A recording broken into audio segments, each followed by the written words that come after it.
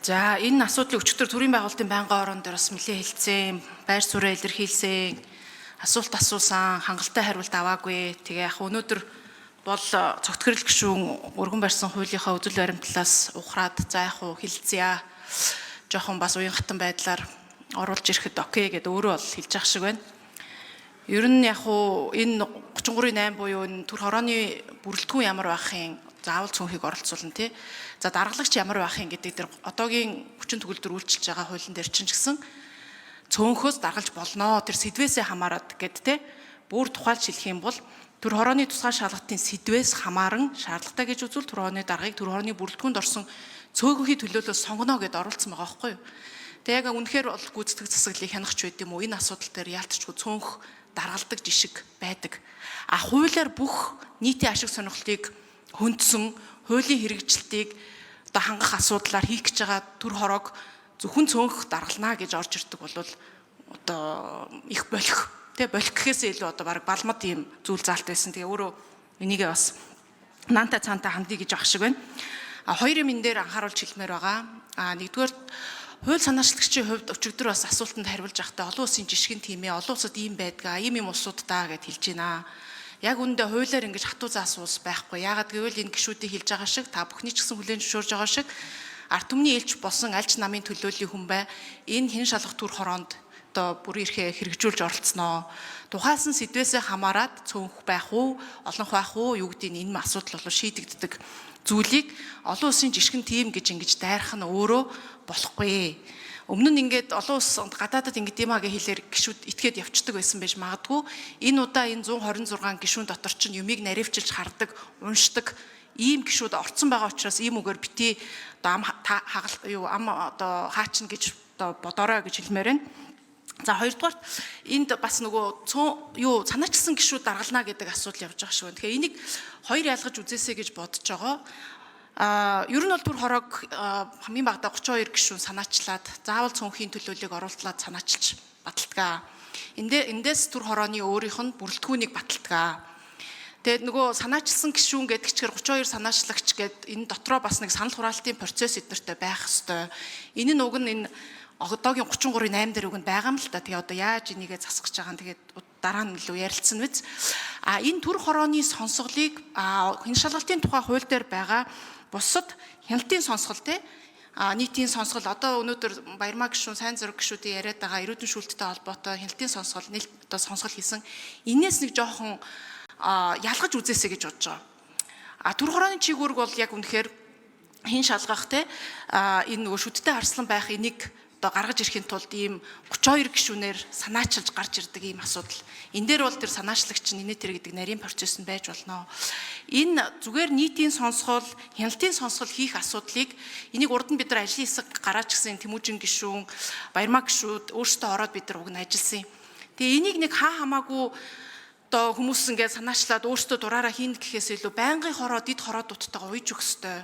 Ер нь олон улсын парламентын энэ дэг жаягт энэ байнгын хороо, мэргэжлийн байнгын хороо, тусгай дид хороогоороо үйл ажиллагаагаа явуулж байж энэ өөрөө илүү мэргэжлийн болно. Тэгэхээр энэ сонсголууд өөрсдөө дид хороо, байнгын хороотойгоо заавал холбогдож явж явах ёстой. Тэгжээж гарсан санал дүгнэлт маань ажил хэрэг болох юм руу орно гэдэг саналуд гарч ирсэн. Тэгээд энийг бас үзэж энэ хоёр сонсголыг бол тусад нь авч үзэх хэрэгтэй. Энэ удаа бол зөвхөн төр хорооны одоо асуудал бүрэлдэхүүн гэд байгаа шүү гэдэг дээр.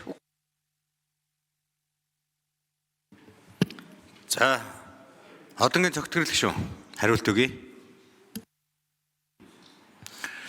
За одоогийн байгаа хуулинд цөөнхөөс даргалж болох зохицуулалт бол бас байгаа шүү дээ гэж байна.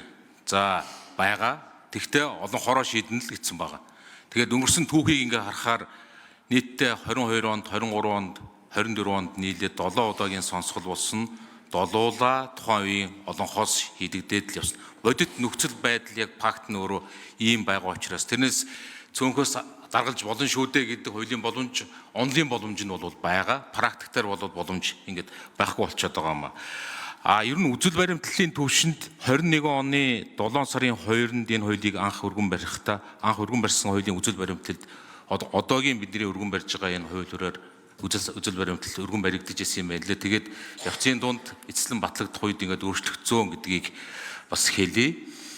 За тэгээд тухайн үед хууль өргөн баригдаж хахад үндсэн хуулийн үзэл баримтлал сайн туршлага энэ дотроо улсын хурлын хянан шалгах төр хороо гэдгээр яг энэ хуулийн хүрээнд судалгааны ажлыг парламентын судалгааны хүрээлэнгээс нэлээд тийм бас өргөн баг гарч зөвлөх тийм судалгаа хийлгэжсэн юм байлээ. Жишээ нь одоо энэ судалгаануудыг ингээд уншихад холбооны бүгд найрамдах Герман улсын парламентод яг энэ цөөнхийн төлөөллийг хэрхэн яаж оролцуулах вэ? Бүр энийг боддог Шеперсийн арга гээд улсын хурлын энэ төлөөллийг боддог энэ томьёоны тухай хүртэл энд дурддагдаад за тэгээд энийн дээр ер нь жишээ холбооны бүгд найрамдах Герман улсад парламентын хяналтыг хэрэгжүүлэхдээ тухайн оронд хийгдэж байгаа тэр хяналтын сонсголын дийлэнхийг цөөнхөөс ахалдаг энэ зохицуултуудыг энэ зарчмууд ингэж хэрэгжиж байна гэдэг зүйлүүдийг жишээ нь одоо энэ парламентын судалгааны хүрээлэнгийн дүгнэлтэн дээр яг энэ утгаараа дүгнэлтээ бичсэн байгаа. Тэгэд энэ хүрээнд өргөн баригдаад асуудал өөрчлөгдөд явсан. За тэгээд дахиад давтаад хэлэхэд бидний хувьд эцсийн дүндээ хяналт шалгалт илүү үр дүнтэй болоход тэр түрүүн зарим гишүүдээс гарч ирсэн хяналт шалгалтыг өргөн барьсан гишүүд тэр тусмаа санаачилсан гишүүнийг хурдан дараалагчаар байх зохицуулалт бол нэлээд тийм байж болох үндсэлтэй зохицуулалт юм байна. Түрүүн тэр номжийн гишүүний хувьд дахиад санаачилсан гишүүд дотроо дахиад яах юм гэдэг асуудал дахиад өөрөө том бодлогын асуудал болоод үүсэ гараад ирчих магадaltaй юм байл.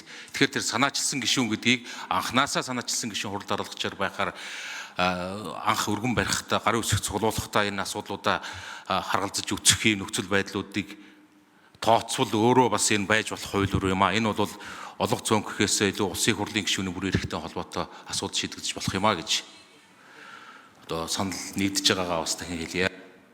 За Батбаатар гишүүн асуулт тодруулга өгье.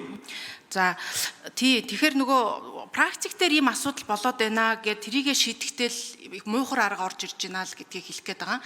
Тэгэхээр наривчлсан судалгаагаар харах хэрэгтэй, судалгаагаа сайн харах хэрэгтэй. Германы хуулийн дээр бол ийм заалт байхгүй. Практик дээрээ сэдвчилсэн зүйл дээрээ те яг юун зохистой байхыг гэдэг юм дээр л цөөнхөө тавьж явдаг. Тэгэхээр хуулиар бити ийм муухар юм оруулж ирээчэл гэдэг асуудлыг хэлсэн. Тэгээ дахиад жоохон уян хатан хуулиа харъя гэж байгаа. Ер нь бид нар нөгөө нэг санаан зүв байвч хэрэгжилт дээрээ дандаа ингээд алдчихдаг юм байгаа штэ. Санаан зүв одоо ийм практик дээр асуудал гараад байна. Энийг зөв яаж шийдэх вэ гэдэг дээрээ шийдлээ их залхуу шийдэл хийждэг байхгүй. Наривчилж харахгүйгээр ерөөсөө бүгдээрээ цөөнх байхын зүв юм байна гэдээ орж ирж байгаа чинь л буруу байгаад байгаа маа. Энийг бас анхаарах ёстой л гэдгийг хэлээд байгаа. За баярлалаа. За цогтгөрөл гишүүн нэмж хариулт өгье. За муухар гэхээсээ төсвийн хяналт гэдэг зүйл дээр би түрүүн хэлсэн төсвийн хяналтын дэд хороо гэдэг байгууллага байдаг. Төсвийн хяналтын дэд хороо. Энийг төсвийн хяналтын дэд хороог зөвхөн цөөнхөөс ахална гэд хуулинд бичсэн байдаг. Энийг муухар зохицуулалт гэж үзэхэд бас хангалтгүй шүү. Төсвийг цөөнх хянана л гэсэн байдаг. Тэгэхээр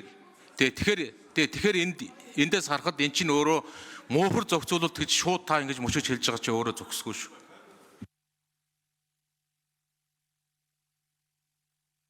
За Оцронгийн номын чимэг гишүүн дахин тодруулж асууя. Тий төсөв бол ойлгомжтой шүү дээ. Төсвийг хэн батлаад хэн хэрэгжүүлдэггүй гэхээр яалтчгүй гүйцэтгэх засаглал хэрэгжүүлдэг. Гүйцэтгэх засаглал дээр хэн хяналт авах гэхээр яалтчгүй цөөнх байдаг. Тэгээ би түрүүн хэлсэн шүү дээ. Гүйцэтгэх засаглалтай холбоотой асуудлыг яалтчгүй цөөнх даргалт юм аа. Энэ бол практика гэдэг. Тэгээд одоо ийм эн чинь энээсээ хамаардаг уян хатан байх ёстой гэхээр төсвийг төр хорооны хэн шалгалтын чиг үүрэгтэй бүр бүгдийг холиод ингэ хэлж байгаа чи одоогийн хариулчин ч гэсэн муухар байна зохицгорол дарга.